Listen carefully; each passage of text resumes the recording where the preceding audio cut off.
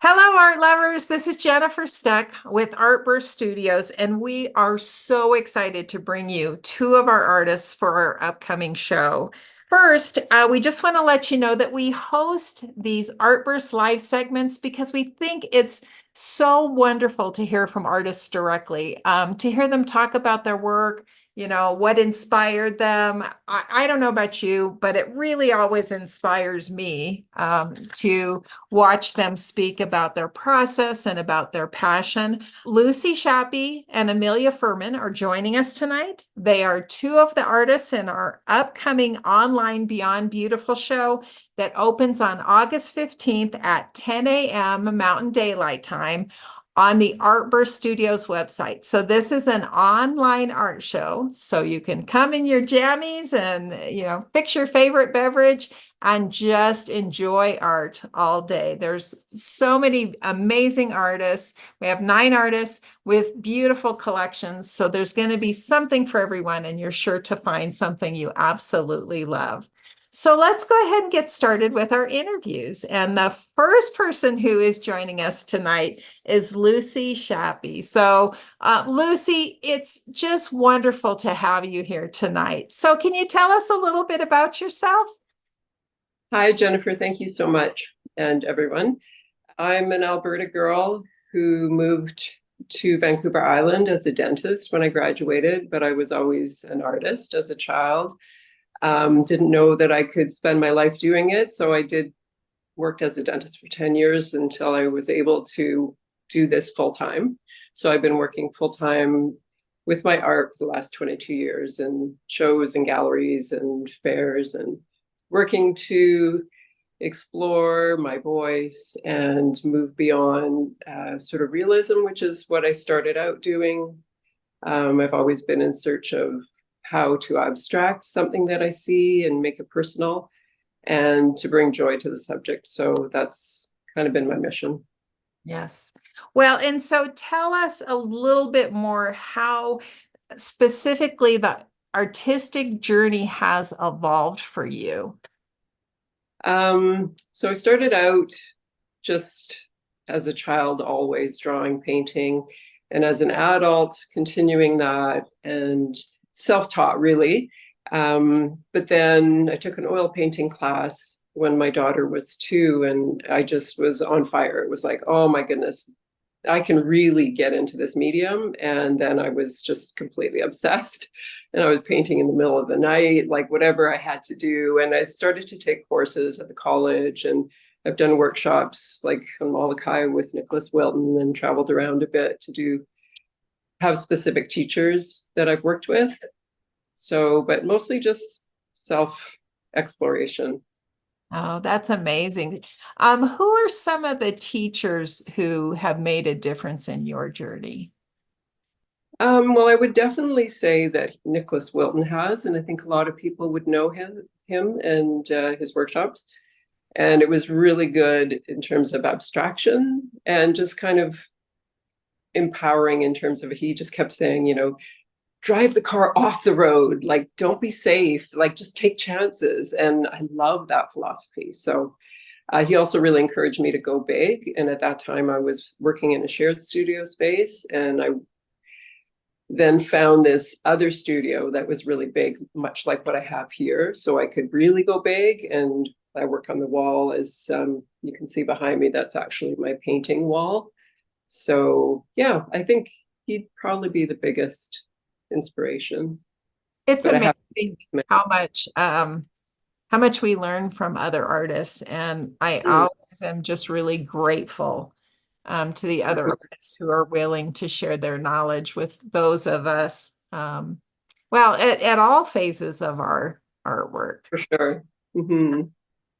So Jennifer Yazwa says, Lucy, I have adored your work for years. Oh, well, thank you. That's so Um, nice. Now, Lucy, you talked a little bit about the oil painting. Now, Hmm. are oils the medium you primarily work in, or what are your preferred mediums and what do you love about those?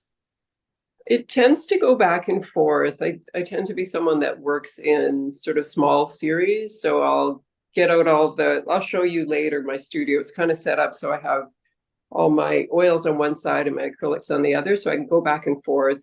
I usually start in acrylic, even if I end in oil, because you can always put the oil over the acrylic. Yeah, it just sort of depends what I'm trying to do. There's lots of layering and spontaneity, and you can work very quickly with the acrylics.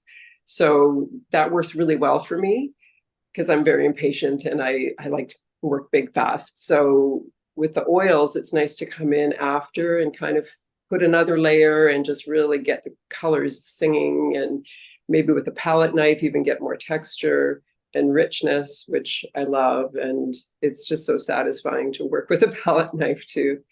So yeah, I don't, if I had to choose one, I don't know if I could. I would always want both. But in Mexico, I've only worked with the acrylics, and they surprisingly didn't dry that fast, which I was worried they would. So Yeah, yeah, they do I have sound. to limit myself down there because can't take everything to Mexico.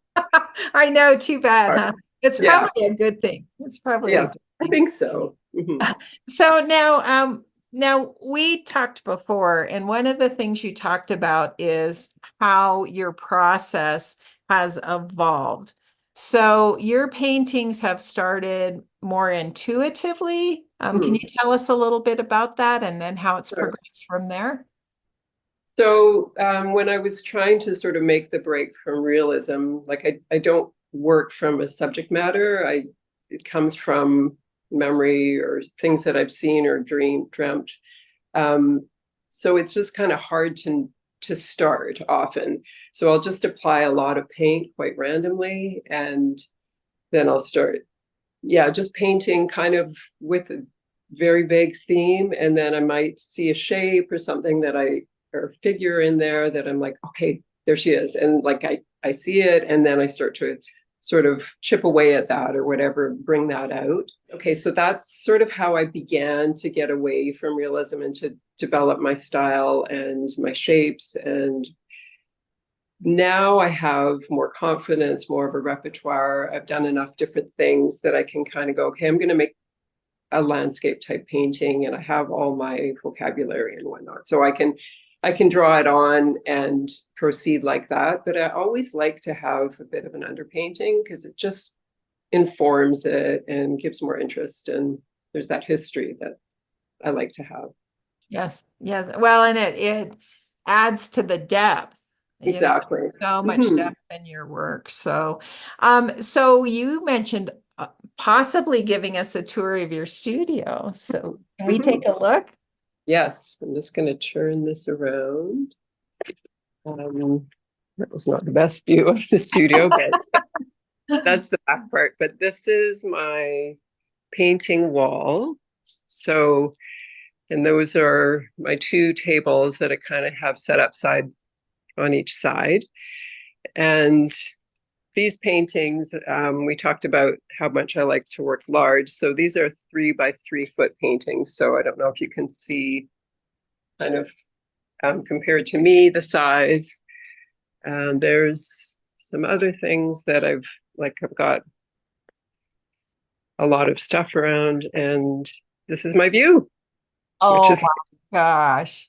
yeah, so I can see all the way down to the farm and the mountains, and yeah, it's dreamy. I'm very, very lucky. Yes, who wouldn't be inspired in that space? Exactly. Yeah. Goodness. I'd be out there all the time, I think. Uh-huh. I can see it. Yes, yes. Well, it's a wonderful space, and you have plenty of room to do those larger pieces. So they make really beautiful statement pieces for people. Thank you. And So then show this is 12 by 12. So you get a sense of, I don't know if you can get a sense of the size. So this is a smaller piece that I'll be including in the show. yeah, beautiful. All right. Well, one of the other things that we love, besides just getting together with our fellow artists that we admire, is getting teasers of the work that's going to be appearing in the show. So show us what you've got. We want to hear all about it. Okay, so the piece behind me is Dreamland, and it's one of the pieces that evolved with many layers. Not really sure where I was going with it, was thinking figure, and then she just kind of appeared, and the flowers and the petals and the shapes.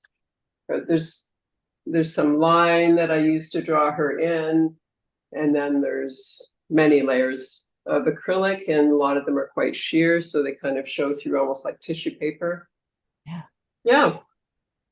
Oh my goodness. And then so it's on canvas, is that right? Yeah. Yeah. And so the pieces will be ready to hang, correct? Absolutely. Yes. And I paint the edges with kind of a warm silver. I don't know if you can see that. Oh yeah. Oh, they're deep and, definitely ready to hang without frames. And some people frame them, but I really don't think they need them at all. Yes. I like them like that. Oh my goodness. It's hard for me to choose a favorite, honestly. There's so many brilliant works of art in the show, and your use of color is magnificent. Thank you, Jennifer. You're welcome. Okay, we want to see the next one. Okay. Sorry, Art. But this is Meadowland, and this is just inspired by my landscape and my many adventures in the forest and my love for nature, which right now we have forest fires happening here. So it's even more important to me to this is my prayer, I guess, for the health of the earth and the joy that I get from it and all the creatures. And yeah, so this is a little version of a lot of the series that I do that I call Land and Sky that are larger. I don't do small ones this small very often, so this is kind of a special piece. It is. It is. So Rebecca says Dreamland is just exquisite. I love the sheer layering. It really feels dreamy. Thank you. So now you were going to talk to us a little bit about the oils and using the palette knife, and you have a painting that you did that on as well. So the Three Muses painting here beside Dreamland is oil and cold wax, and I've applied it with a palette knife.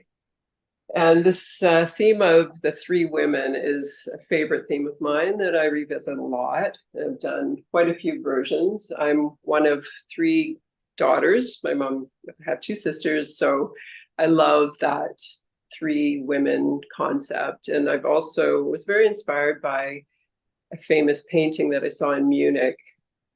And it's of the three graces or the three muses. I can't remember the artist's name, but I was just like, and it keeps coming back. So yeah, so you can see the texture. There's lots of texture, and it's kind of richer, thicker, and yeah, the limited color palette is really powerful in that one. Love those blues.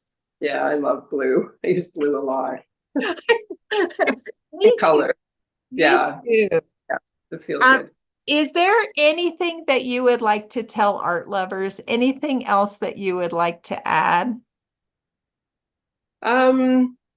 Just that I'm really happy when people get joy from my work, because that's kind of always been my mission. I just think there's enough bad news in the world, so I want to put that out. And for me, a joyful, beautiful painting that I can get lost in is kind of like a beautiful song that I love. I can just go to it and it'll bring up that emotion for me. And it is like such a powerful art, is just so powerful that way.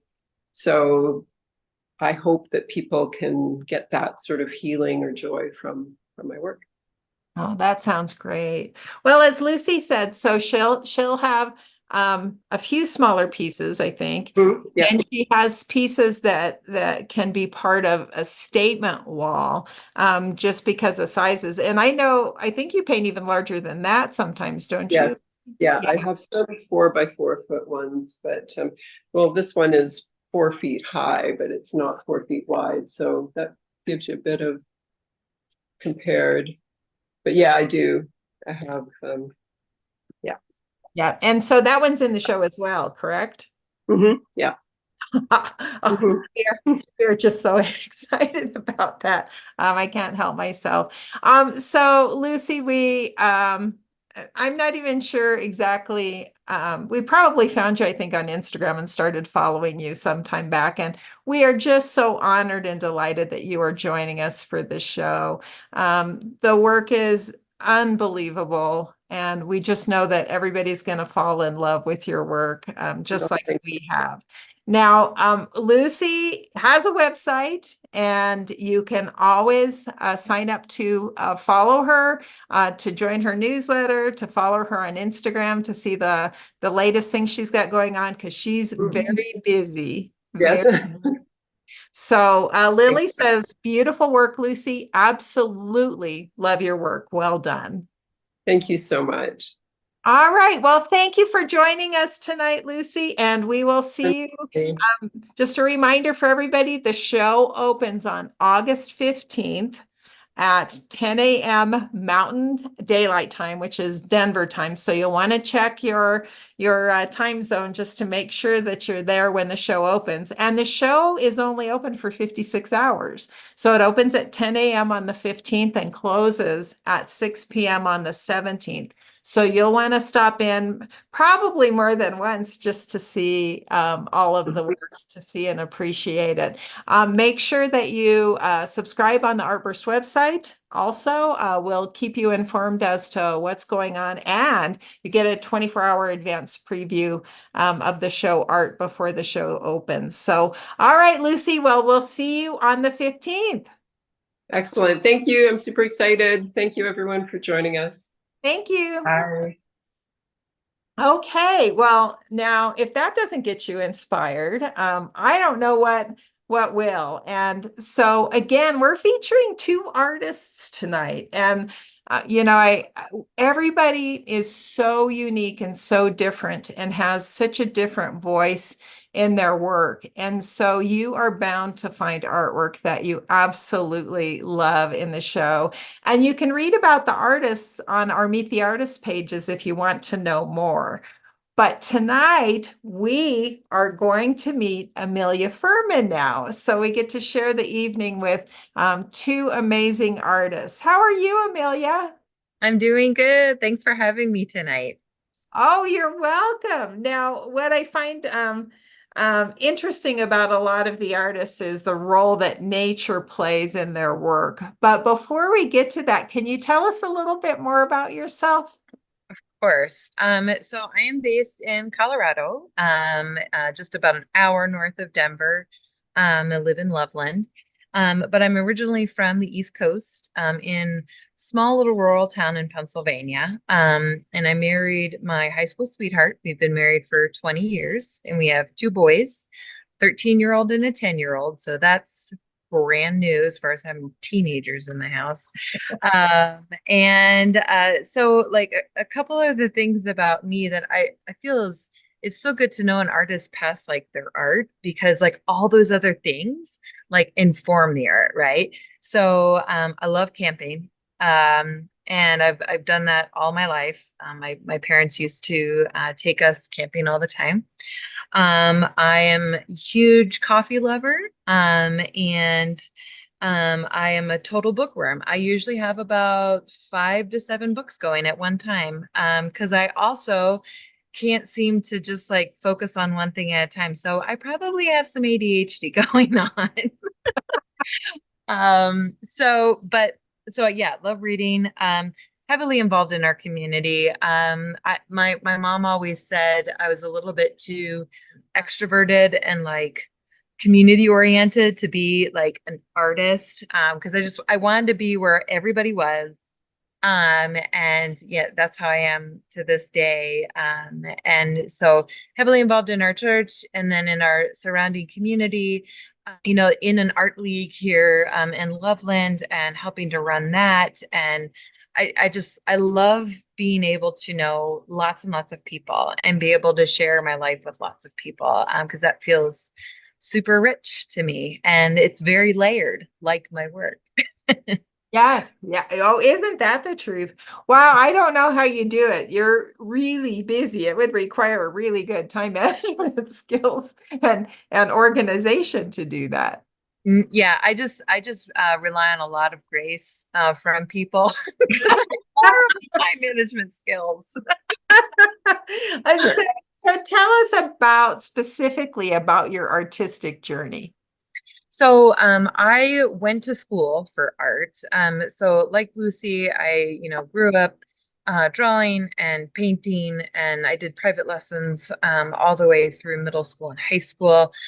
So I spent a lot of time learning watercolor. That was my first main medium that I focused in on and got intense about. And I just followed everything my teacher did. And that was like the MO for like years and years of my training and education was just do it exactly the same way the teacher does it all the time. I might have a little people pleaser in me. And so anyway, so I went to school in Indiana actually for painting, printmaking, and illustration.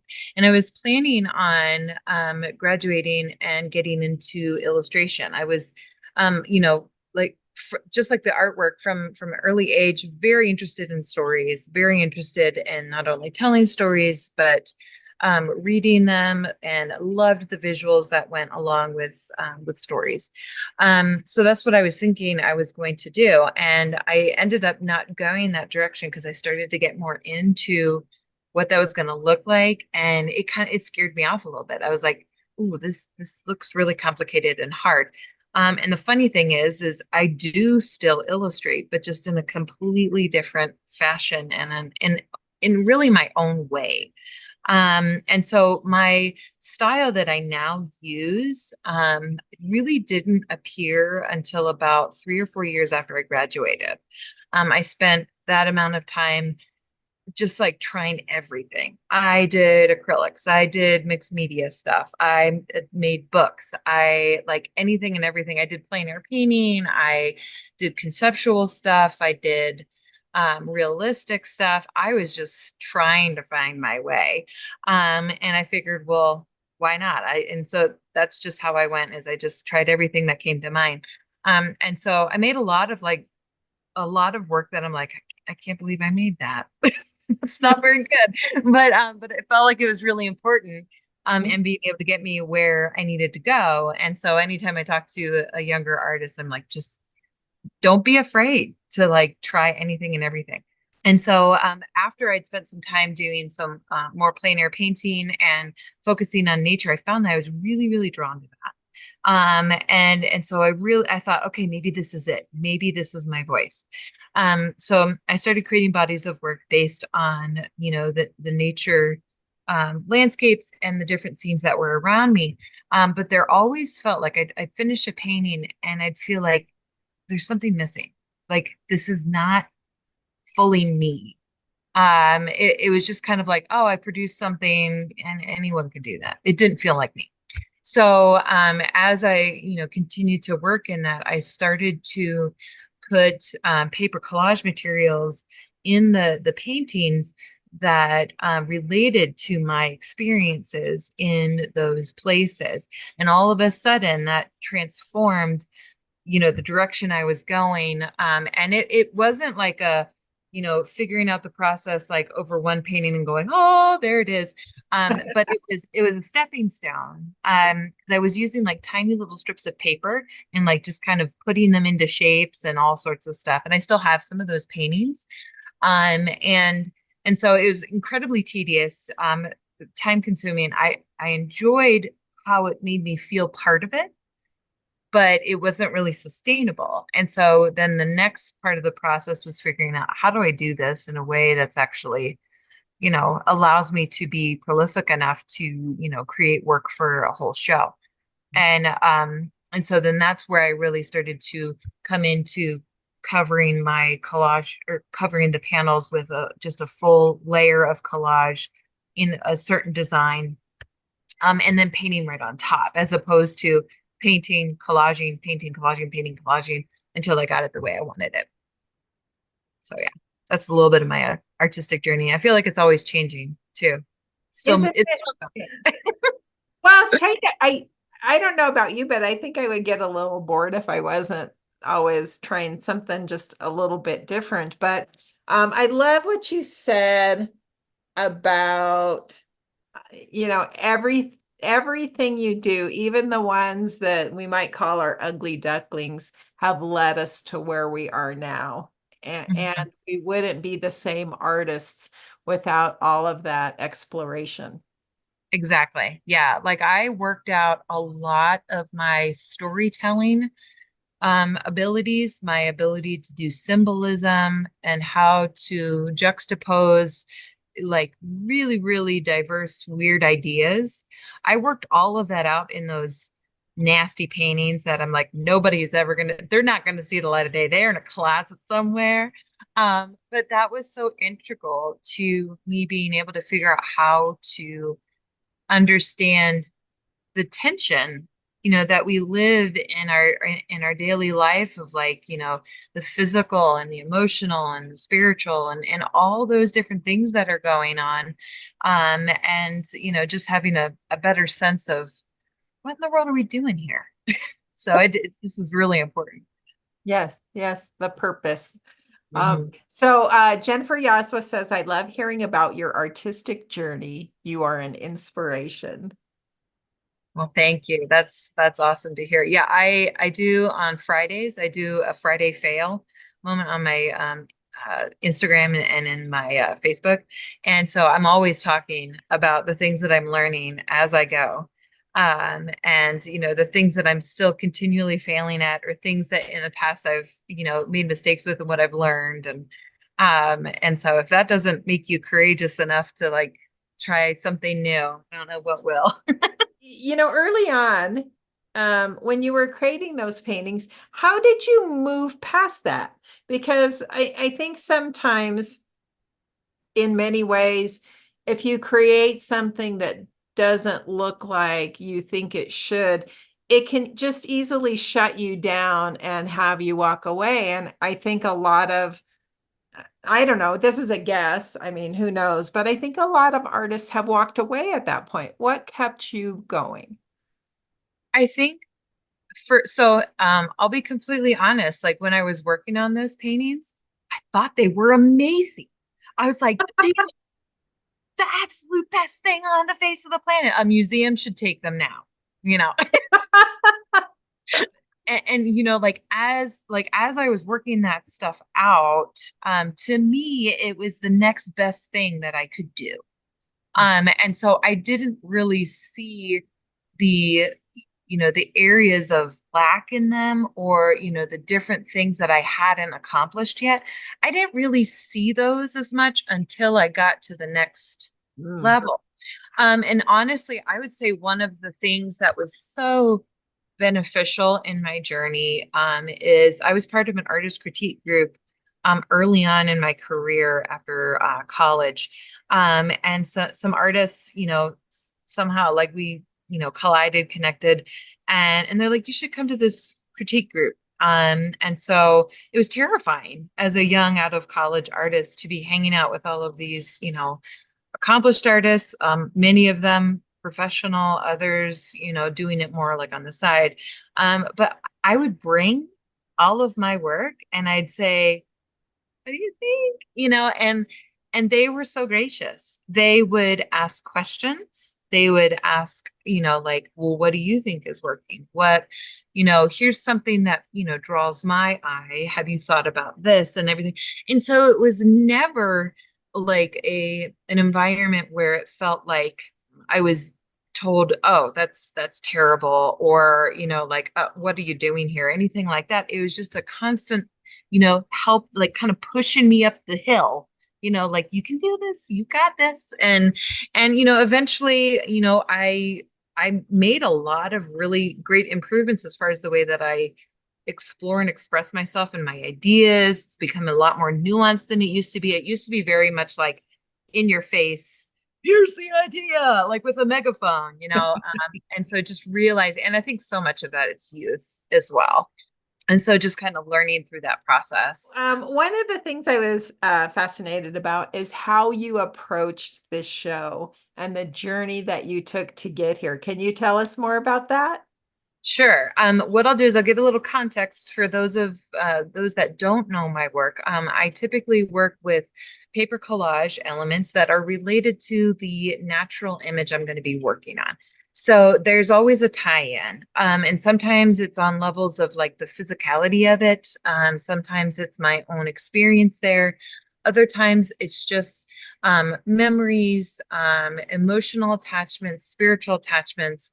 And so it's almost like a visual journal of me experiencing that place and conversational, if you will. So that's typically, how that collage material comes together. And it's all layered and put down piece by piece. And then I paint in thin layers of oil on top and just work at keeping some things visible, other things get pushed back. Just like how, like in our real lives, you see little bits of people from different angles. And, it's just like, these paintings, relationships are nuanced like that as well. And so that's, basically the type of work I do. For this body of work, it collided with, and really that's exactly what it was. It was a collision of, I had a residency I was going to be doing in June. And nobody gets super excited. I was not awarded this residency. I just took it on my own. So I'm just giving everybody permission now. You can do your own residency. I love that. Don't wait for someone to give it to you, just do it. So for a whole month I went back to Pennsylvania, where I'm from, and I painted 5 days a week up in the woods where my dad would used to take us hiking. And it's their hunting grounds and their area that is still owned by them. It's about 300 acres. And so I would go up every day with him during the week, and he'd go around and work on stuff, and I would paint for about 3 to 4 hours in the morning before it get too hot. And then I would come back down and work in a temporary studio at my parents' place, and just go ahead and work on pieces that I had done earlier, or work on studies. So I would constantly have like a pile of bark or leaves and all sorts of different things that I was, bringing back to the studio with me. And so I didn't really have any intentions with that residency of using the work for anything. In fact, I was very intentional about making sure that I made lots of space just to do whatever I wanted to. The work that started coming from it really started to be developed because I had the show ideas in the back of my mind, right? Mm-hmm. So, I kept thinking over and over and mulling over, okay, beyond beautiful. What's that? What's that? What does that mean to me? What kind of work am I going to create for that? What kind of stories? And so as I started, spending more time in the woods, learning some of my dad's history with it, and also discovering some of my own, I started to find a different type of beauty there that was kind of shocking, as far as like, it was just very surprising. I wasn't expecting to make those kind of connections. And what I think what I ended up seeing, and what made me decide to use a lot of these works, was just the way my eyes were drawn to the beauty of, let's see if I can get this right because I wrote it down. Beauty in the midst and perhaps created by the things that typically are sad, ugly, or dismissed.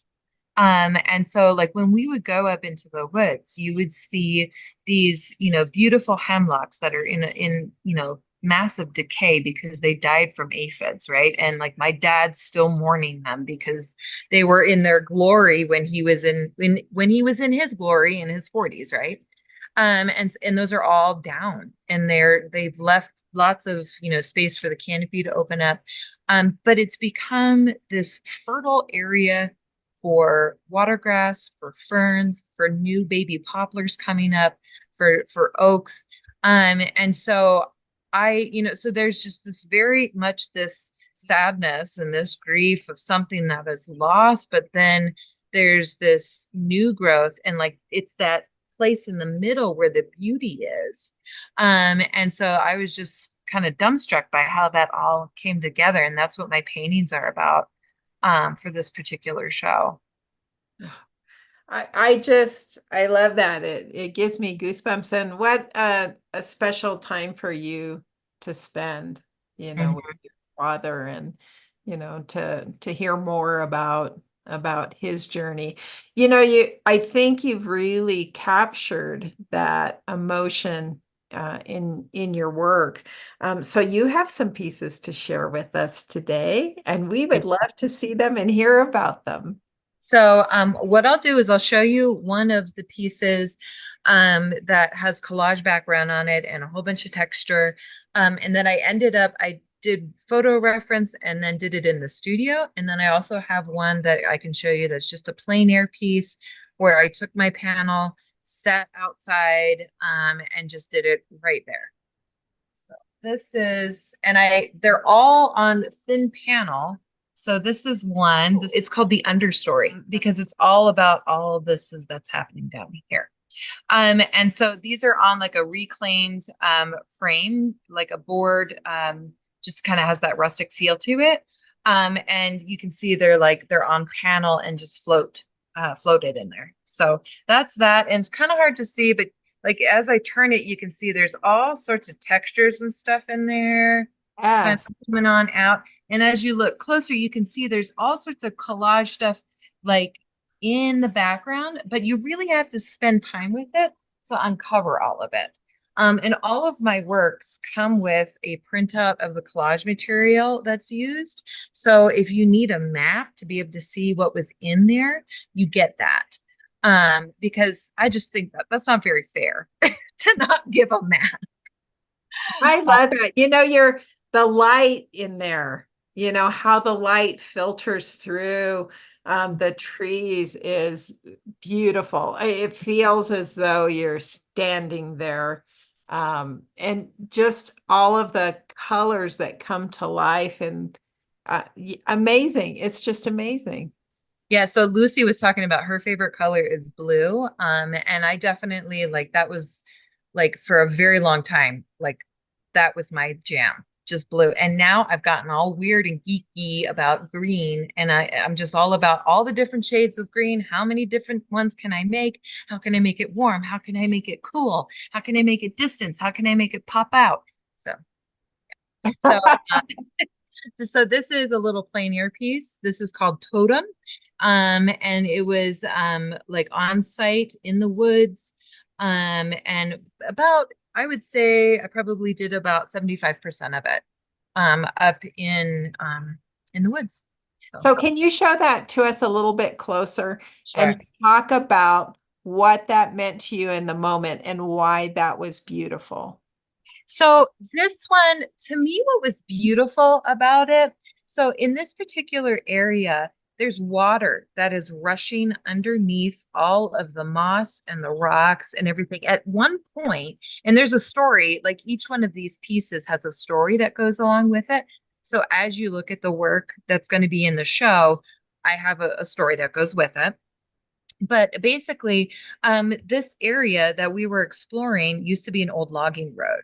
And so it came down through the gap. So, they would go ahead and they would, find pines and hemlocks and oaks and then just drag them down, sometimes by vehicle, like old tractors, sometimes, like by horse. And so they would just bring it on down. And that really, that was there for, decades. And then it ended up turning more into a stream. So it's kind of like nature reclaimed it and used it as a stream. And so that is now like, this is kind of like where that road used to be, all the water that's running under it. And so that's still going on, but there's things growing on top of it now. And so it's just so neat to see just that movement from one stage, part of a story for a place in nature, and then seeing it do something different. And so to me, that's what this is. Like you see all sorts of new growth happening here. You see remnants of the old, and I think the old decaying trees are just as beautiful as the new.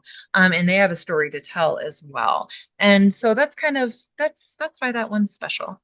Why Oh I my like it. goodness. Yes. Oh, well, and I love that you have a difference. So you have the plein air that doesn't necessarily have a collage in it, and then you do have the collage. It seems like you know, it fit in one. It was part of that story, and so what was your favorite thing about your time?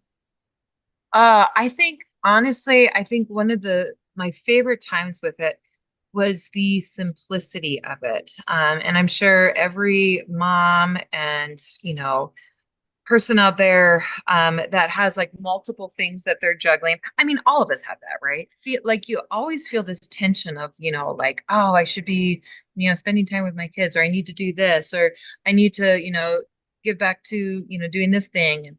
And so for an entire month, like my world really distilled down to just this, this act of creating. I had just a simple schedule. It was like get up in the morning, do my, journaling and my, prayer time and all of that, and then go paint, come back, eat lunch, go back in the studio, and then hang out with my family after 4 o'clock. And it was the simplicity of it was amazing. And that was probably my favorite thing. And I'm like, okay, now how can I do that all the time?